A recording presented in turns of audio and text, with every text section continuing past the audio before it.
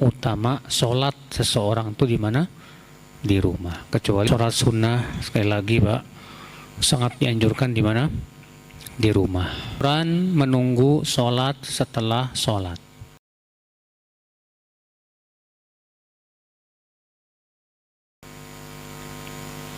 Hadis 440.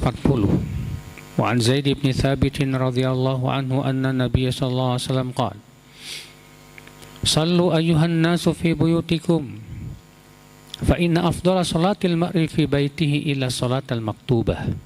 Rawahu Nasa'i bi isnadin jayyid wa Ibnu Khuzaimah fi sahihihi. Nabi sallallahu alaihi wasallam bersabda, "Salatlah wahai manusia di rumah-rumah kalian, karena sholat seseorang yang paling utama itu di rumahnya, kecuali sholat 5 waktu." Iya, lihat Nabi mengatakan seutama-utama sholat seseorang itu di mana?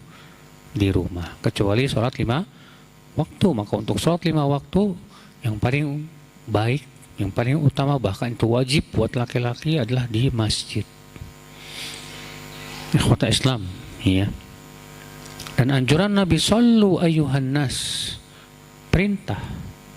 Namun perintah ini dibawa kepada makna sunnah, ya, bukan kepada makna apa? Wajib. Hadis 441 an rajulin min ashabi Rasulullah SAW arahu rafa'ah qala fadlu salati rajuli fi baitihi ala salatihi haitsu yarahu an-nas kafadlil fariidah ala tatawwu'. Rawahul Baihaqi wa isnaduhu jayyid insyaallah. Dari seorang sahabat Rasulullah,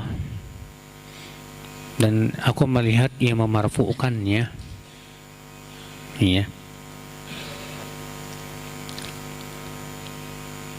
keutamaan sholat seseorang di rumahnya dibandingkan dengan sholat sunnah di tempat yang manusia bisa melihatnya, itu seperti keutamaan sholat fardu di atas sholat tatawwu.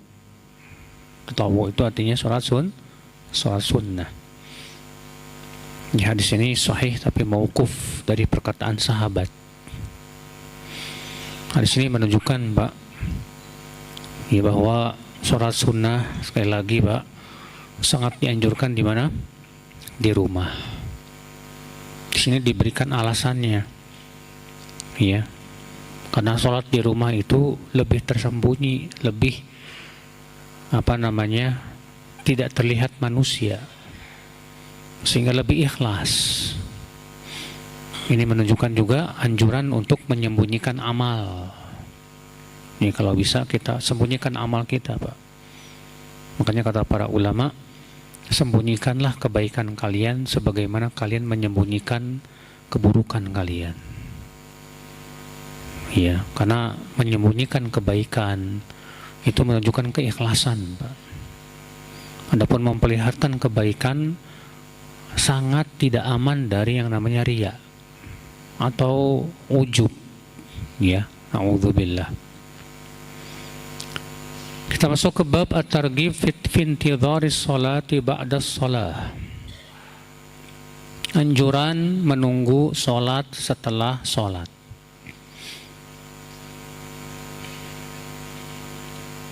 An Abi Hurairah radhiyallahu anhu anna Rasulullah sallallahu alaihi wasallam qala: La yazalu ahadukum fi salatin ma damatis salatu tahbisuhu la yamna'uhu an yanqaliba ila ahlihi illa as-salah.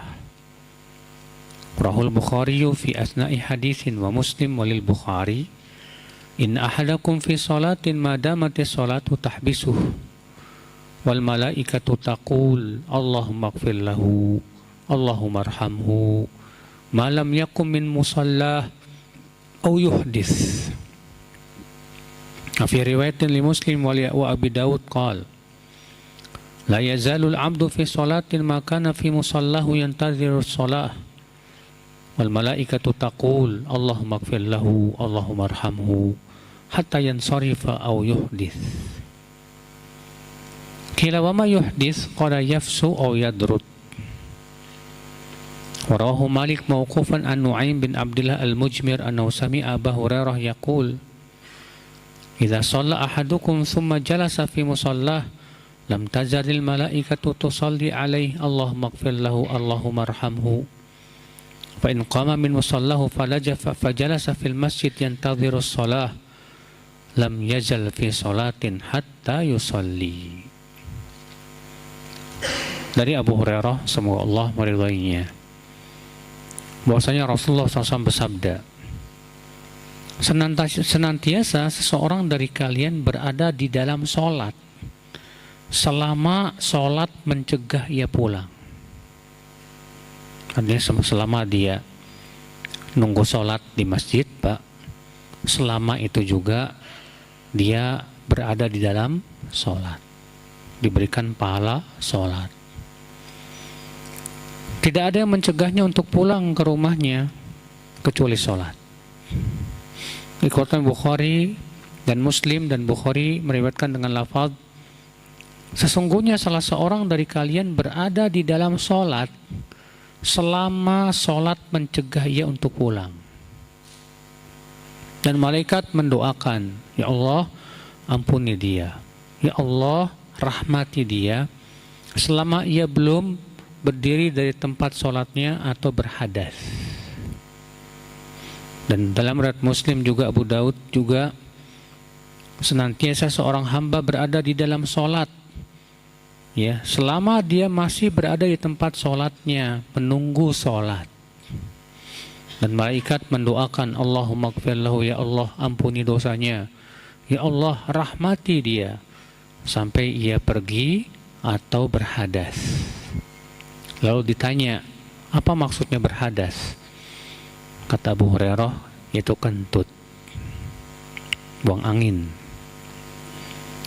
Dan Imam Malik meriwayatkan secara mauquf dari Nu'aim bin Abdullah al-Mujmir bahwa Abu Hurairah berkata, apabila salah seorang dari kalian sholat kemudian duduk di tempat sholatnya, maka malaikat akan senantiasa mendoakannya, ya Allah ampuni dia, ya Allah rahmati dia. Apabila ia berdiri dari tempat sholatnya dan ia duduk di masjid untuk menunggu sholat, maka ia senantiasa berada di dalam sholat sampai dia sholat. Masya Allah. Di sini akhi, ya, menunjukkan keutamaan menunggu sholat di mana? Di masjid. Antum pergi misalnya dari rumah jam 5, kemudian antum duduk di masjid sambil baca Quran dengan niat untuk menunggu sholat, maka selama antum menunggu sholat, antum berada di dalam sholat, kata Rasulullah. Artinya diberikan pahala apa? Sholat. Subhanallah. Iya. Sudah begitu apa Pak? Malaikat mendoakan lagi. Apa kata malaikat? Ya Allah ampuni dia, ya Allah rahmati dia. Subhanallah. Selama dia tidak pergi dan belum berhadas. Berarti kalau sudah berhadas, malaikat sudah tidak mendoakan lagi, Pak. Caranya gimana dong? Pergi, berwudu, balik lagi. Antum balik lagi ke masjid, sholat tahiyat masjid, kemudian niatkan lagi untuk menunggu apa? Sholat. Maka malaikat akan terus juga mendoakan kita. Masya Allah. Iya.